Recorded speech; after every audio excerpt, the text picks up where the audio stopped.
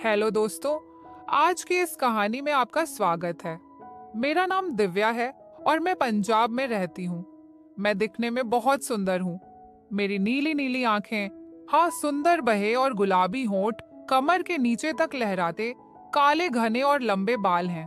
5 feet 5 inch की height है और मेरे कोमल शरीर पर जगह जगह पर एक से बढ़कर एक प्राकृतिक सुंदरता उभरी हुई है। और मेरे इस शरीर के उतार चढ़ाव को देखकर कोई भी मर्द या लड़का अपने ख्यालों में पूरी तरह से खो जाएगा। मेरी शादी को 5 साल हो गए हैं। मेरे पति एक व्यापारी है। पैसे की वजह से वह अपनी पसंद की कोई भी चीज लिए बिना नहीं रह सकते।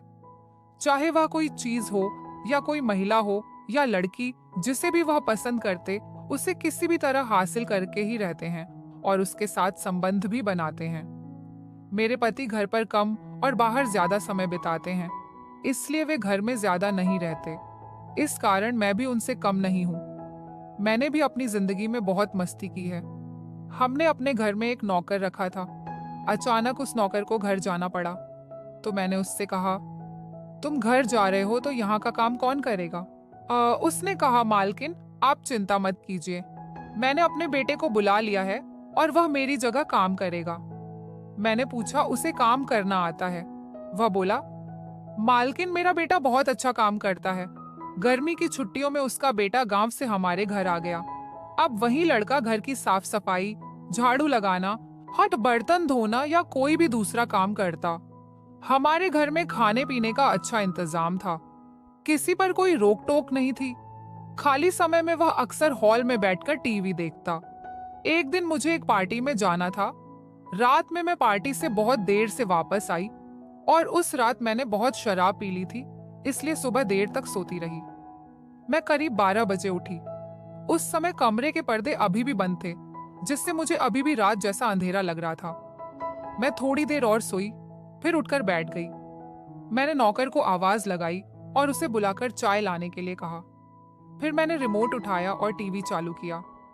रात को सोते समय मैं अक्सर शर्ट और पजामा पहनती हूँ, कभी कभी लोअर भी पहन लेती हूँ। मैं बाथरूम में जाकर हाथ और मुंह धोकर वापस आई और बिस्तर पर लेट गई।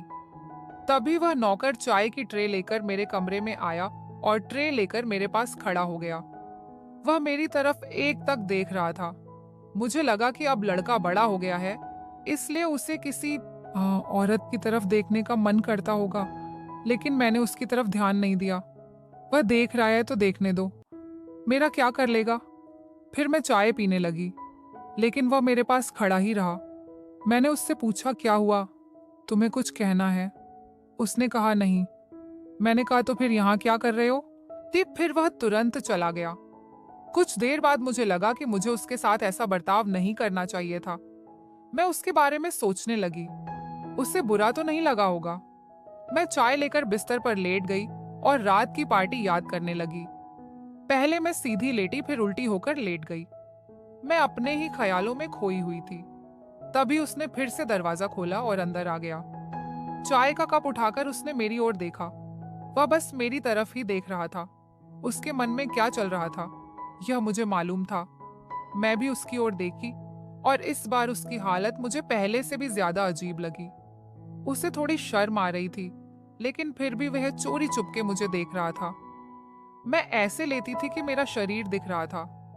मैं भी जानबूझकर उसे अपना शरीर दिखा रही थी, क्योंकि मैं अपने पति से बहुत जलती थी। मेरा पति हमेशा किसी न किसी लड़की के साथ होता था, इसलिए मैंने सोचा कि इस नौकर को अपने जाल में फंसा लूं। फिर मैंने उसे जानबूझकर अपने कमरे की सफाई करने को कहा। उसने कहा, मालकिन मैंने पहले ही सफाई कर दी है। मैंने उसे चिढ़ाते हुए कहा, क्या तुम सच में सफाई कर दिए हो? मैंने मजे लेते हुए कहा, तुमने सफाई कहाँ की है? यहाँ इतनी धूल दिख रही है, वापस जाओ और फिर से सफाई करो। फिर वह चला गया और कुछ देर बाद सफाई का सामान लेकर वापस आया और कमरे का फर्नीचर साफ करने लगा। मैं टीवी देख रही थी, लेकिन मेरा पूरा ध्यान उसी की तरफ था। मैं ये जानना चाहती थी कि उसके मन में क्या चल रहा है, वह मेरी तरफ क्यों देख रहा है। मैंने उससे पूछा, तुम गांव में क्या करते हो? उसने कहा, मैं गांव में बच्चों को पढ़ाता हूँ। फिर मैंने पूछा, क्या तुम सिर्फ पढ़ाई कराते हो या कुछ और भी कराते हो? उसने जवाब दिया, मैं शाम को अखाड़े जाता हूँ। मैं हंसी और उससे बोली, तो तुम पहलवान हो? फिर मैं मजाक में बोली, तुम्हारे शरीर को देखकर तो नहीं लगता कि तुम पहलवान हो। उसने कहा, कुश्ती में शरीर नहीं बनता, ताकत आती है। मैंने अभी अभी शुरू किया है। फिलहाल मैं सिर्फ अखाड़े की मालिश करता हूँ, ट्रेन साफ करने और गायों का दूध निकालने का काम करता हूँ। मैंने पूछा, क्या तुम्हें मसाज करना आता है?